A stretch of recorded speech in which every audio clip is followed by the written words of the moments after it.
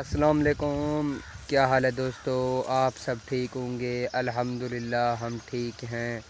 Video start करने से पहले चैनल को कर लो सब्सक्राइब। फिर शुरू करते हैं आज का व्लॉग। ये देखें हमारे इलाके का ये गंदम जो है वो पक रहा है। आप देखें, आपने अपने इलाके का जो है इस गंदम के बारे में अपडेट हमें देना है। ये जो है मेरा कैमरामैन यहाँ पर खड़ा है। ओए क्या कर रहे हो तुम? ये देखो ये जा रहा है। ये देखो यहाँ का सिट्टा बहुत बड़ा है, आप खुद अंदाज़ा लगा सकते हैं। और मौसम का भी ये हाल है आज। ये देख लें, बादल ही बादल हैं हमारे इलाके में और ख़ूबसूरत सा नज़ारा है। आज रात मुझे मच्छरों ने बहुत काटा है।